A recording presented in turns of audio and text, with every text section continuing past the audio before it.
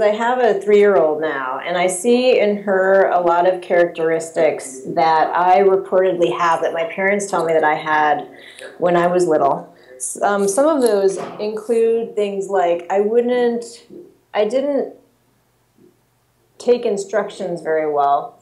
I wanted to figure things out on my own. The classic example that my father gives is he tried for days and days to try to get me to learn he was trying to teach me how to ride a bicycle. Took the training wheels off my bike, and will you get on and, will you ride the bicycle? And I refused. I just absolutely refused. I would not participate in this exercise. And then he said, at one point, he just was exasperated, and he gave up, and he went back into the house. And he said, I immediately just got on the bike and pedaled away. And he said this was kind of characteristic of my, kind of general behavior growing up. And my daughter does this too. Just this week, I know that she knows how to read, for example, but she refuses to do it. And she also refuses to count numbers sequentially, even though she knows how. So she'll sit there and she'll go, 1, 2, 3, 4, 5, 9, 8, 7, 11. And she knows very well how to count in order, but she refuses to do it, just because I've asked. So I'm not really sure how to characterize that, but it's this sort of refusal to, basically it's let's frame this in a positive way. It's a means of, doing things on your own terms, wanting to do things your own way, experiencing things, learning things, your own way rather than conforming to, someone else's idea of the way that you should be or what you should be doing. I was also I was a bad student, frankly. I did not do as I was told. I did not I'm shocked. Take instruction well. I was just generally kind of one of those kids who I would go off on my own, and I would, have my own kind of projects, or, I read constantly, and I was very curious, and I liked to learn, but, kind of sitting in a chair and reading textbooks was not really my thing. That said, I was a terrible student within the educational system, but I loved to learn. So I think those two things in combination, contributed to a sort of entrepreneurial bent. The intrinsic motivations took over. And this is something that a lot of people have talked about, why people do things, what the real motivation for people to do things were. And ignoring the gold stars and the A's and the, B pluses and the, the pats on the back that you get that are built into the system in order to motivate you, and really listening to that sense that you always have that sense of, am I challenging myself? Am I pushing myself a little bit further? Have I actually learned something, or am I just going through the motions?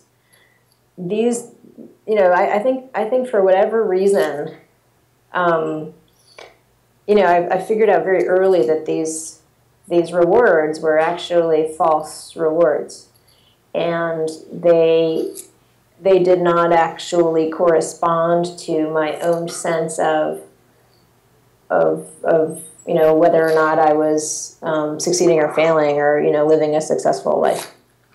That there is a huge opportunity if you are a middle manager to presumably, if you've made it to the middle of an organization, you are being entrusted with the care and feeding of all of these employees in your department. Whether they be salespeople, marketing people, engineers, people who are working on product design, etc.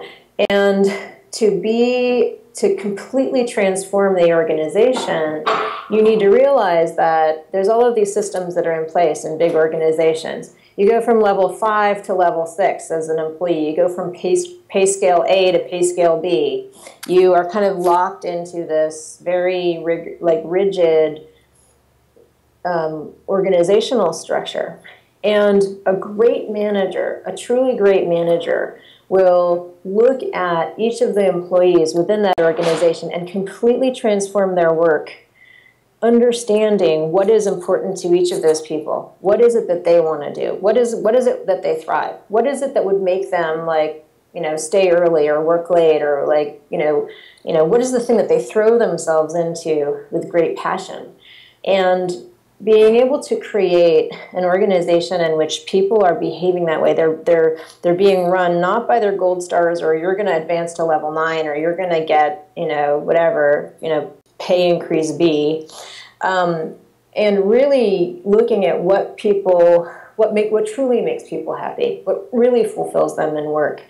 You know, looking at people, like every single person in the organization, as somebody who has these, you know, passions and drives and motivations that are not rewarded by the organization, and recognizing that, sitting down with each of those people in a one-on-one, you know, every week, and saying, like, what is it, you know, how can we make you, like, flourish here in this job?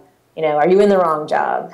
You know, are you doing parts of your job that you hate? Are you doing parts of your job that you love? What are you intrinsically good at? You know, naturally, you know, there's parts of every job that people hate. You know, it's never a walk in the park. And yet, I think you can, you know, create conditions for this kind of success inside of an organization.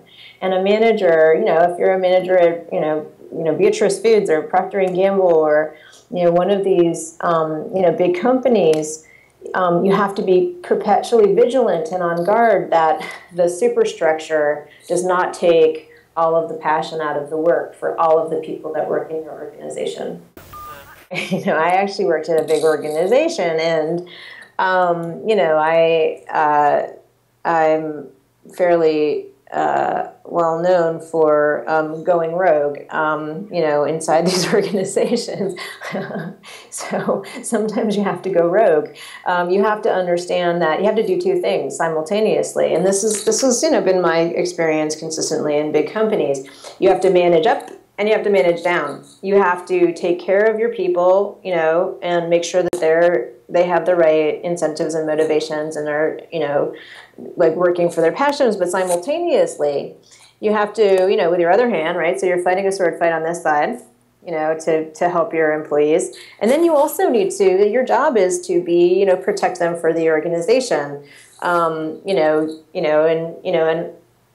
know, relatively off-color language. You have to be the shit umbrella rather than the shit fan. And the way, and in order to do that, you know, you need to protect all the people from the, you know, organizational overhead that's coming down on them. And like, you're what's protecting them from them. You're creating the barrier between them and this organizational crap. And, you know, and then simultaneously, like, as you're fighting the sword fight with your right hand, with your left hand, you are making sure that, you know, the organization understands that you're fighting for your people. You're saying, you know, Susan, or like Luis, or, you know, Sandy here really need this kind of work environment, and I'm going to fight for them to get it. You know, they really need to. I'm going to protect them from all of these, you know, requirements and you know, all this kind of hoops that they have to jump through, and say, like, listen, my people are really thriving, and you know, this is how they thrive, and I know them, and I'm their manager, and, you know, this is what I think that they need. And you have to have that constant. I mean, it's constant, right? You have to kind of work between. That's what you know, management is kind of working between these two. Even if you're the CEO, right? You're working between the board of directors and, you know, the people in the rest of the organization. There's always somebody above and somebody below, and maybe the somebody above is the customer. Maybe it's the HR department. Maybe it's the, you know, VP that's, you know, coming down hard on you. But you know, it's not an easy job, and it requires a lot of you know, creativity and you know, skill. Organizations are actually surprisingly eager for this kind of change. People who step up, people who care. Organizations love that, actually. And within every organization, there's, you know, the great sort of founding passion of that business, and of all the people that actually live within it, and the people that have passion, and the people that do care. And those people stand out. They always stand out. You know, Yeah, there's in every kind of big company, there's people that are just kind of punching the clock, and they're there every day, and they're just really just collecting their paycheck and going home. But simultaneously, there's some rogue band of passionate people who really care about change, and one of the jobs of anybody in the organization who really cares about the outcome of their work and the work of their people, and the people who really care is to find those other people, band with those other people, work with them, and, create a support network within the company of people who, also care. There's no innovation deficit at large companies. There's no passion deficit at large companies. It's really a matter of, helping the organization get out of the way so that people can flourish. Create a system which is sufficiently open and sufficiently closed, so just like there's a nice constraint to it, and yet it's wide open in terms of what you can use it for. People will come up with some of the most fantastic, innovative stuff that you never thought of, and allowing that to happen, not stifling it. A great example of that is Hack Day at Yahoo, which was, I believe, one of the very first corporate hack days. Hack days and hackathons are something that people have been doing. I don't actually know when their first hackathon was, but small startups used to do it. But we brought it into Yahoo, and the constraints were that you had 24 hours to build something, whatever it was. If you're an engineer, I mean, if you're a marketer, it could be like a new marketing strategy. If you were, but it was predominantly, the engineers who were doing that. There was no limitations on what you could work on. You could work on a product that you did not work on in your day-to-day job. You could solve a problem that's been bugging you on your own product forever. And then there you started, like the clock started at noon on one day, and then the clock stopped on noon the next day, and you could stay up all night and drink Mountain Dew and eat a lot of pizza, which a lot of people did. And we actually provided a place for people to camp out overnight if they wanted to. And the next day at noon, the presentations start. You had only 30 seconds to present, or something like that, maybe a full minute. And everybody would just kind of run through the things that they'd built in the last 24 hours. And there was a panel of judges taken from the executive team. We had all of the C-level people participated, the chief product officer, the CEO. That was really important to show that all those C-level people were sitting there paying attention and participating. And even Jerry Yang and the chief product officer at the time did their own hacks for Hack Day. It was kind of great too. And that was very important to show their participation and support. They're still actually actively coding, which was great to see. And that's what I mean about just the right number of constraints and just the right amount of openness. We didn't know what anybody was going to do. They had 24 hours to do it. They had 1 minute, 2 minutes to present. It was what I'm saying? The constraints were light.